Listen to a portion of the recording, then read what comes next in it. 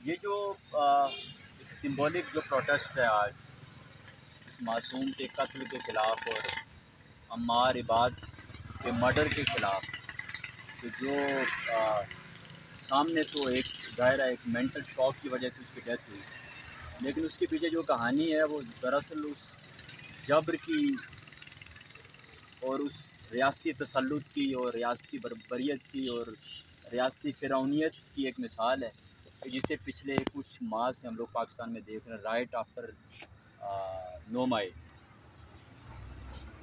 ये जो अम्मार इबाद का कत्ल है, इसकी FIR इस रियासत के ख़िलाफ़ कटनी चाहिए।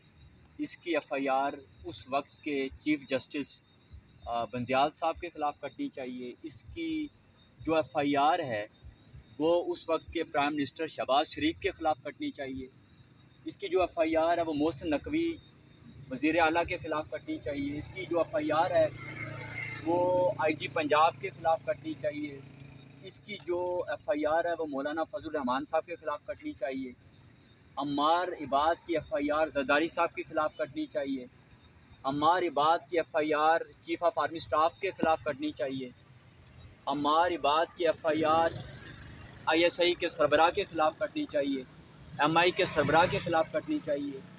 हर वो शख्स जो इस रियासती इंतज़ाम और रियासती बंदोबस्त का आलाकार है या उसका ज़िम्मेदार है या उसका पैरोकार है या उसका मुहाफ़िज़ है या उसका बुनियाद गुज़ार है, वो अम्मार इबाद का कातिल है। ये अम्मार इबाद का कत्ल नहीं है, ये पाकिस्तान में आइन का कत्ल है। उस आइन का कत्ल कि जिसे आप पिछले चंद माह से गलियों, चौकों, बाज़ारों, चौराहों में ज़लील और रुस्वा होते देख रहे हैं। हर रोज़ जिस आइन का हम लोग रेप करते हैं, हमारी अदलिया की आंखों के सामने आइन का रेप होता है। हमारी अदालतों के सामने उसकी इज़्ज़त की धज्जियाँ उड़ाई जाती हैं। हमारी अदलिया, हमारे अवाम, हमारे इदारों के सामने जो है उसका बलात्कार किया जाता है, लेकिन किसी को ये पूछने की ज़रूरत नहीं है कि यह बलात्कार कौन कर रहा है। ये जो बच्चा है अम्मार इबाद, इसकी जो कंडीशन हुई, इसकी जो कैफियत बनी, वो एक सिंबॉलिक एहतजाज था। यानी आप देखें, रातों को आप लोगों के घरों में घुस रहे हैं, आप मावराए अदालत, मावराए आइन, मावराए कानून, मावराए अखलाकियात लोगों को घरों से उठाकर मावराए कानून जो है उन्हें नज़र बंद कर रहे हैं। आप चादर और चार दीवारी का तकद्दुस पामाल कर रहे हैं। आप लोगों की निजी ज़िंदगियों के अंदर जो है वो मुदाखलत कर रहे हैं। तो एक मुझे बताइए कि जो 6, 7, 8 साल का बच्चा है वो इस फ़िरौनियत को या वो इस ऑपरेशन को कैसे बर्दाश्त कर सकता है? उस अम्मार इबाद का कोमे में जाना या अम्मार इबाद का मेंटल सदमे में जाना या अम्मार इबाद का उसके बाद एक ऐसी कैफियत में जाना कि जिससे वो कभी वापस लौट कर ना आ सके, एक अलामती एहतजाज है। अम्मार इबाद जो है वो पाकिस्तान में इस ताज़ा तरीन बर्बरियत के ख़िलाफ़ मज़ामती तहरीक का पहला शहीद है। तो मैं ये जो आज मैंने ये जो छोटा सा सिंबॉलिक एहतजाज किया है, ये मुझे इसमें लोगों की ज़रूरत नहीं है। ना मुझे इसमें पिंड इस्लामाबाद के 40-50 लाख लोगों की ज़रूरत है, ना मुझे मीडिया की ज़रूरत है, ना मुझे यहाँ जमे गफ़ीर जमा करने की ज़रूरत है। मैं तो अपने ज़मीर की आवाज़ पर यहाँ पर आया हूँ। मैं तो अपने जो है वो ज़मीर की आवाज़ पर यह एहतजाज रिकॉर्ड करवाने के लिए आया हूँ कि कम अज़ कम अगर इस पूरे शहर के अंदर या इस पूरे मुल्क के अंदर कोई एक शख्स जरनेल गर्दी को नहीं मानता, कोई एक शख्स जो है वो इस अशराफियाई गठजोड़ को नहीं मानता, और अगर कोई एक शख्स इस ऑपरेशन में, इस तसल्लुत में या इस जबर में अकेला निकल सकता है तो मैं हूँगा। यानी कि अगर 21 करोड़ लोगों में से सिर्फ एक आदमी यहाँ निकल कर ये बात कह सकता है कि ये FIR chief of army staff general Asim Munir के ख़िलाफ़ कटनी चाहिए, तो that will be me and he is me. वो शख्स मैं हूँ। मैं ये कहता हूँ कि अम्मार इबाद का जो कत्ल है उसकी FIR सबसे पहले चीफ ऑफ आर्मी स्टाफ के ख़िलाफ़ कटनी चाहिए। फिर आपके साबिक जो आपके चीफ जस्टिस थे बंदियाल साहब, जो अदलिया के हीरो थे, अदलिया के मुहाफ़िज़ थे और बातों के चैम्पियन थे, उनके ख़िलाफ़ करनी चाहिए। आपकी शहबाज शरीफ के ख़िलाफ़ कटनी चाहिए और इस सारे हुकूमती जो एक ये रजीम थी उसके ख़िलाफ़ कटनी चाहिए। तो ये एक सिंबॉलिक एहतजाज था। इसमें आपने देखा कि सोशल मीडिया के ऊपर तो मेरे ख्याल में 50,000 से ज़्यादा चंद घंटों में रीच थी, लेकिन इसमें लोग कितने शरीक हुए वो आपकी आंखों के सामने है। यही एक सिंबॉलिक डिमॉन्स्ट्रेशन है हमारी सोसाइटी की कि जब आप जुल्म को सिर्फ मुंह से जुल्म कहने के लिए भी निकलते हैं या किसी कत्ल को नोटिस में लाने के लिए भी निकलते हैं तो 4 लोग आपको नहीं मिलेंगे। मसलन मैं आप ये देखिए कि पाँच मैं प्ले कार्ड्स उठाकर लेकर आया था और मेरे पास 5 बंदे नहीं थे उन प्ले कार्ड्स को उठाने के लिए, यानी कि एक मैं था और मेरे साथ 2 मेरे बच्चे थे, मेरे दोस्त थे या एक मेरे कुलीग थे। तो हम 3 लोग आए।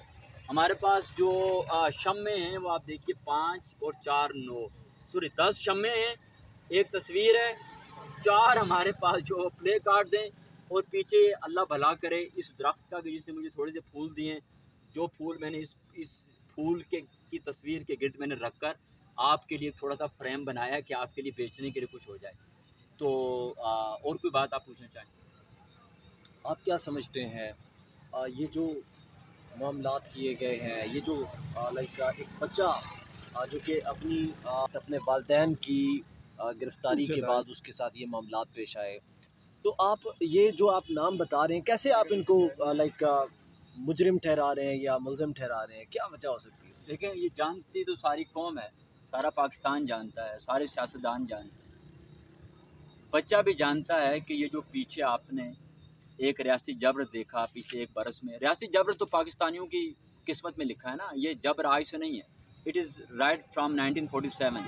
लेकिन ये जो बेइज्जती है, ये जो तशद्दुद है और ये जो आवाज़ें दबाने की नफ्सियात है, ये पिछले PDM के दौरे हुकूमत से हमने इसमें कुछ ज़्यादा तेज़ी देखी है। ये कि इमरान खान के दौर में नहीं था, इमरान खान के दौर में भी था, क्योंकि ये लोग जिस कुव्वत के आलाकार हैं उसका बुनियादी जो वन लाइनर है, उसका जो बुनियादी नैरेटिव वो जबरी है, वो तसल्लुती है, वो बदमाशी है।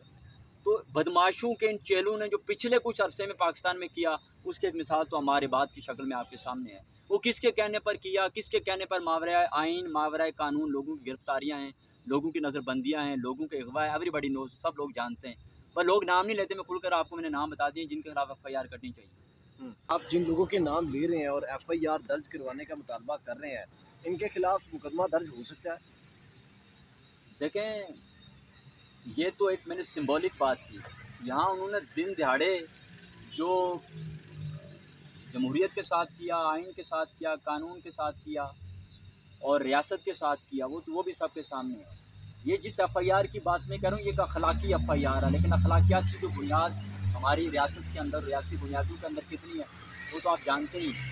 मैं ये कह रहा हूँ कि इसकी FIR जिनके खिलाफ कटनी चाहिए, FIR कहाँ कटती है? यहाँ आपने दिन में 100 बंदे मार दिए लोगों ने, लेकिन उसकी कोई FIR नहीं कटी और उसको कभी नोटिस में भी नहीं आए। तो मैं ये कह रहा हूँ कि ये जो ऑपरेशन और जबर आपने देखा है, इसके जो बुनियादी ज़िम्मेदारान हैं, अगर आपने FIR काटनी है और अगर आपने इसके ज़िम्मेदारों का तयन करना तो नाम ही आपको बताएं। Thank you. अच्छा सर, ये बताइएगा कि जिस तरीके से जो है हॉस्पिटल्स वालों ने भी इसके इलाज जो है ना करने से इनकार कर दिया गया था, उन्होंने भी अपने जो है ना एक पेशे से जो है ना गद्दारी की है, तो क्या कहेंगे इस बार? मुझे हॉस्पिटल के बारे में मुझे ज़्यादा मालूमात तो नहीं है, इस वजह से कि I don't know much about hospital gossips. शायद उसमें कुछ लगी लिपटी बात भी हो, शायद वो लाइलाज था, व्हाटएवर।